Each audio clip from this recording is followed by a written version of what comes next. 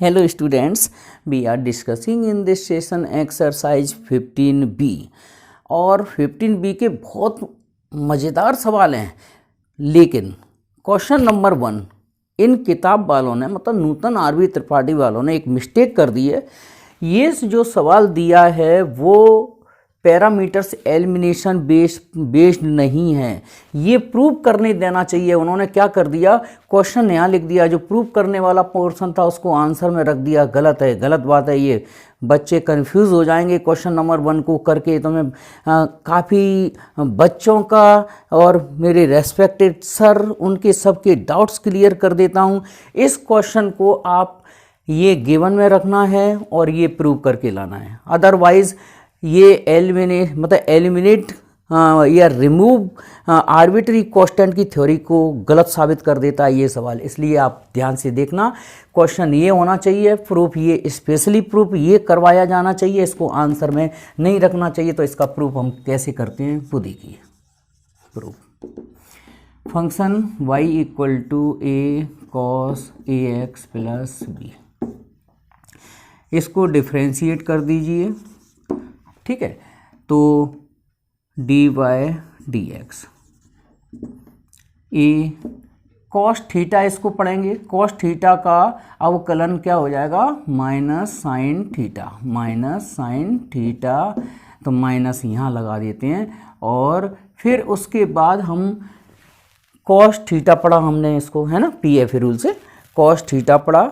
तो cos theta का minus sine theta हो गया। अब एंगल का करेंगे तो ये और आ जाएगा a प्लस 0, ax का a और b का 0। तो dy dx equal to minus a square हो जाएगा और sign ax plus b। Second equation दे दीजिए। अगेन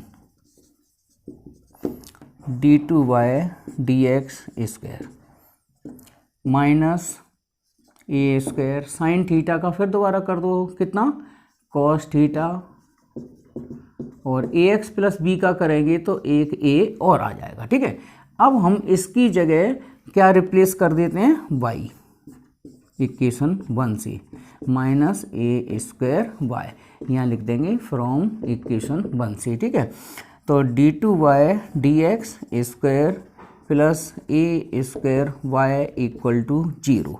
इस तरह से ये प्रूफ हो जाता है। मैं आगे के क्वेश्चन नंबर 2, दिया गया अवकल समीकरण। अब यहाँ से सही चालू होते हैं सवाल पैरामीटर्स एलिमिनेशन वाले। ठीक है, क्या रहता है, डिफरेंशियल इक्वेशन अगर हमें इसकी फॉर्म करनी है तो ए और बी जो आर्बिट्ररी कांस्टेंट्स हैं, माने dependent variable Y, independent variable x, इनके अलावा जो भी कांस्टेंट वैल्यू होगी उनको हम आर्बिट्ररी कांस्टेंट्स या पैरामीटर्स बोलेंगे, हिंदी में प्राचल। और प्राचल को चलता करना पड़ेगा, माने रिमूव करना पड़ेगा, इनको हटाना पड़ेगा। कितने पैरामीटर्स हैं, 2। इसको आप 2 बार डिफरेंशिएट, माने सेकेंड ऑर्डर की डिफरेंशियल इक्वेशन बनाना है। द्वितीय कोटि का अवकल समीकरण बनेगा यदि इसमें 2 प्राचल हैं। ठीक है, अब हमारा उद्देश्य है कि एक बार डिफरेंशिएट करें तो एक पैरामीटर हटे, दोबारा डिफरेंशिएट करें तो दूसरा पैरामीटर हटे। तो देखो वो कैसे हटेगा, पहले इसको इक्वेशन बन दे दीजिए। चलो पहले हम इसमें x का डिवाइड दे देते हैं, ax प्लस b। अब इससे क्या होगा, इस इक्वेशन में हमने x का भाग दे दिया तो 1/x बाई यहाँ ax रह जाएगा, यहाँ से b। अब हम डिफरेंशिएट करेंगे क्योंकि हमारे पास परमिशन है केवल 2 बार डिफरेंशिएशन करने की। ठीक है, 2 बार डिफरेंशिएट कर सकते हैं। जितने पैरामीटर्स होते हैं उतने ही ऑर्डर की डिफरेंशियल इक्वेशन बनना चाहिए। तो क्वेश्चन नंबर 1 वो स्पेशली कंडीशन में प्रूफ था, उसका बुक वालों ने क्या किया, इस एक्सरसाइज में क्वेश्चन नंबर 1 पे रख दिया, जबकि वो इस एक्सरसाइज के लायक क्वेश्चन वो है नहीं, वो स्पेशल प्रूफ में आ जाता है। ठीक है, तो यहाँ नहीं रख सकते उसे। ठीक है, क्योंकि उसमें 2 पैरामीटर से 2 आर्बिट्ररी आंसर में, तो आंसर गलत, उस एक्सरसाइज के अकॉर्डिंग गलत क्यों है। उसमें कितने पैरामीटर से, 2 थे।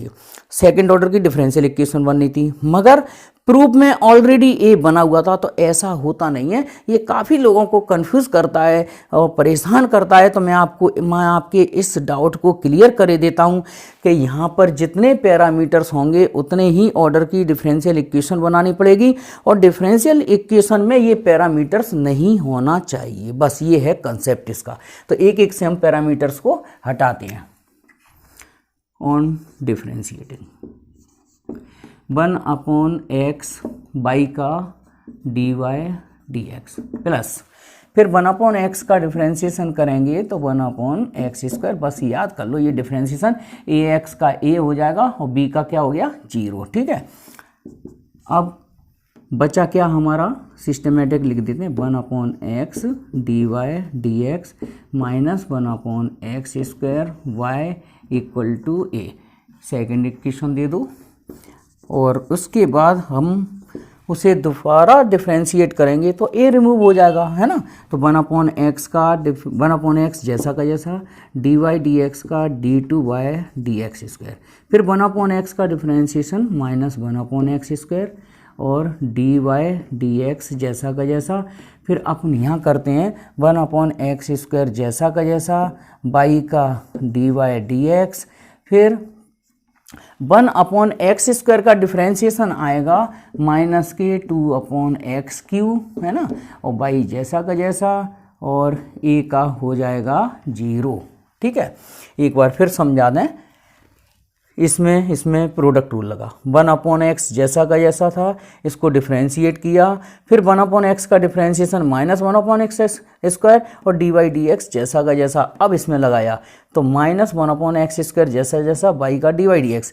फिर ये 1/x² का डिफ्रेंशिएशन करेंगे ना तो x की पावर -2 करके, तो -2/x³ 1/x² का डिफ्रेंशिएशन होगा और y जैसा का जैसा। ठीक है, अब ऐसा करते हैं, सबसे पहले एलसीएम ले लो। तो x² x की पावर 3, x की पावर 3 एलसीएम आ रहा है तो x की पावर 3 का मल्टीप्लाई कर देता हूँ तो यहाँ आ जाएगा x² d2y dx² minus x की पावर 3 का मल्टीप्लाई कर रहा हूँ। ठीक है, तो यहाँ x बचेगा और यहाँ भी x ही बचेगा, यहाँ पे भी, और यहाँ प्लस का 2y इक्वल टू 0। तो यहाँ चाहो तो लिख दो मल्टीप्लाई बाय x की पावर 3 का, या आप लोग एलसीएम ले लेना, एक ही सेंस है। बस अब इस सवाल की फाइन लास्ट स्टेप लिख रहे हैं, ये सिस्टमेटिक अरेंज करके ये माइनस का ऐड हो जाएगा 2x dy dx और प्लस का 2y इक्वल टू 0। ये है इस सवाल का आंसर। ओके, हाँ जी, सवाल नंबर 3, दिया गया अवकलज समीकरण। यहाँ पे भी इन किताब वालों ने एक बहुत बड़ी गड़बड़ की है।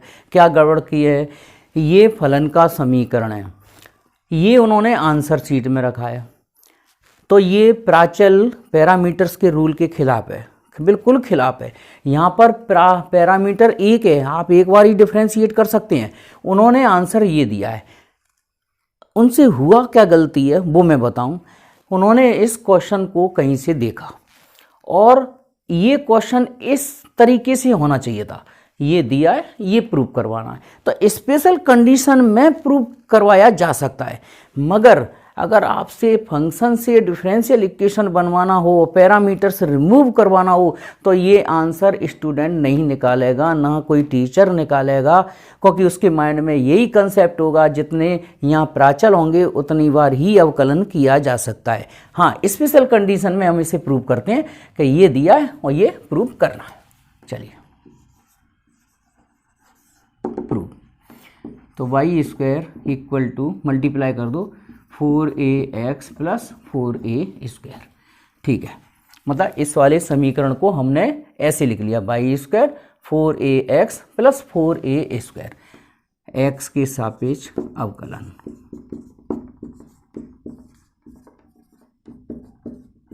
y² का 2y और y वाले फलन का जब भी अवकलन करो तो dy dx लगाना ही है, ये तो आप लोगों ने अवकलन में सीखा ही था। 4ax का 4a² का 0। ओके, अगेन नहीं, थोड़ा सा 2 का डिवाइड और दे दो, y dy dx equal to 2a। Second equation दे दो अगेन पुनः अवकलन करने पर। अब इसमें गुणन नियम लगेगा, तो y जैसा का जैसा इसका अवकलन d2y dx स्क्वायर प्लस फिर y का dy dx, ये dy dx जैसा का जैसा।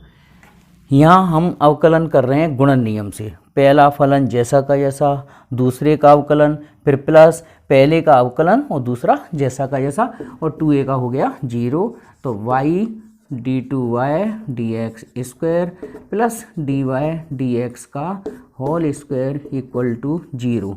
ये स्पेशल कंडीशन में प्रूव हो जाता है। Okay, hence prove. चलिए सवाल नंबर 4, दिया गया अवकल समीकरण। यहाँ पर जो प्राचल दिख रहे हैं वो a और b हैं, ठीक है। ये सवाल सही है, सही सवाल सही जगह।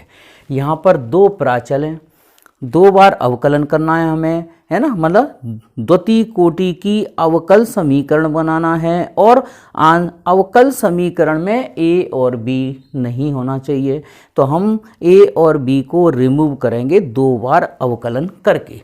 और ये बात ध्यान रखना, थोड़े से अलग अलग नियम हो जाते हैं, तो जब भी e की पावर x और e की पावर माइनस x वाला फंक्शन हो और साइन x या कॉस, साइन x और कॉस x हो, 2 बार कंटिन्यू डिफ्रेंशिएट कर दो, ठीक है, लगातार। चलो 2 बार डिफ्रेंशिएट कर देते हैं। ऑन डिफ्रेंशिएटिंग,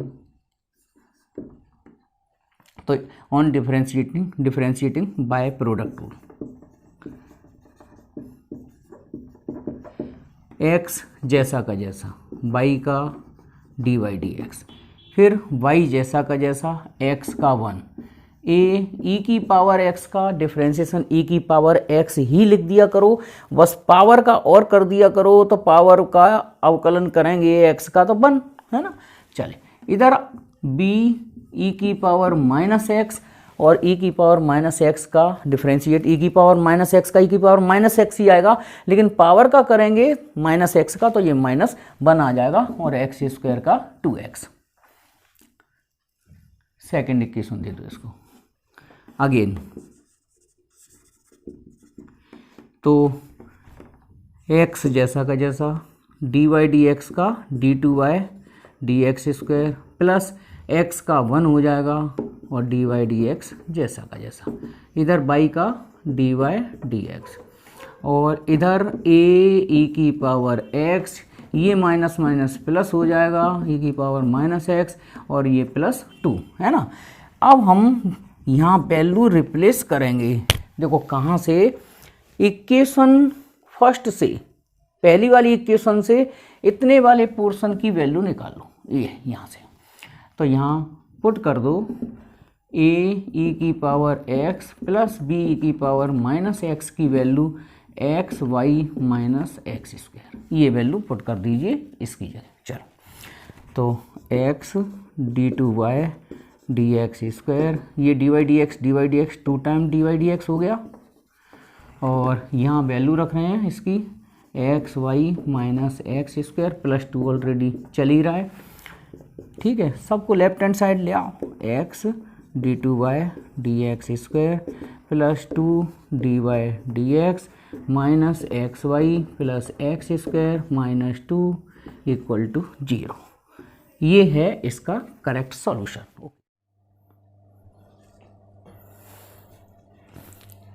सवाल नंबर 5। इस सवाल में भी इस किताब वालों ने, नूतन आरवी त्रिपाठी वालों ने परेशान कर दिया, टीचर को भी स्टूडेंट्स को भी। क्यों परेशान कर दिया? क्योंकि यहाँ पर VARB चार पैरामीटर्स दिखाई दे रहे हैं, मगर ऐसा है नहीं। वो मेरे को सॉल्यूशन देख के, मतलब उसका सॉल्यूशन या उसका आंसर देख के पता चला कि ये इसमें V और R वेरिएबल्स हैं, V डिपेंडेंट वेरिएबल है, R इंडिपेंडेंट वेरिएबल माना है, A और B पैरामीटर्स माने हैं। तो डिफरेंशियल इक्वेशन फॉर्म करने का तरीका ये होता है कि जितने पैरामीटर्स हैं उतने बार डिफरेंशिएट करेंगे आप, और आंसर में जो मिलेगा डिफरेंशियल इक्वेशन फाइनली, उसमें ये पैरामीटर्स रिमूव हो चुके होंगे, तो हम उन्हें एक एक से रिमूव करेंगे। हिंदी मीडियम वाले बच्चे सुन लें, यहाँ भी को माना है परतंत्र चर, आर को माना है स्वतंत्र चर। सीधी भाषा में भी बाई की तरह चलेगा, आर एक्स की तरह चलेगा। ए और बी प्राचल हैं, ए और बी दोनों को हटाना है, 2 बार अवकलन करना है, द्वितीय कोटि की अवकल समीकरण प्राप्त करना है और उसमें से ए और बी बिल्कुल हटा के रखना है। ए और बी दिखाई नहीं देना चाहिए डिफरेंशियल इक्वेशन के फाइनल आंसर में। ठीक है, तो ये आपका फलन है। अब हम स्टार्ट करते हैं। तो किसके रेस्पेक्ट में अवकलन करेंगे? आर की। ठीक है, on differentiating with respect to R, D V upon D R. A coefficient है तो D upon D R 1 upon R का करेंगे और बी का डिफरेंशिएशन 0। अब D V upon D R दिख रहा हो, भी किसकी तरह चल रहा है? बाई की तरह, आर चल रहा है एक्स की तरह। इन क्वेश्चन में बताना चाहिए, इनको बताया नहीं, गलत बात है। बच्चे परेशान हो जाते हैं, टीचर भी परेशान हो जाते हैं। 1 अपॉन आर स्क्वायर। ठीक है, अब यहाँ साइड से लिख देता हूँ मैं 1 अपॉन एक्स का डिफरेंशिएशन एक्स के रेस्पेक्ट में -1 अपॉन एक्स स्क्वायर होता है। D V upon D R equal to -a, इसका पुनः अवकलन कर देते हैं। अगेन गुणन नियम लगेगा, प्रोडक्ट रूल लगेगा, पहला फलन जैसा का जैसा। इसका differentiation d2v upon D are square plus, अब dv अपॉन डी आर जैसा का जैसा और आर स्क्वायर को डिफरेंशिएट करेंगे तो 2r और a का डिफरेंशिएशन 0। इस r का भाग लगा दो और आपका आंसर आ जाएगा इस फंक्शन का डिफरेंशियल इक्वेशन। ये मिलेगा 2 dv upon D R equal to 0।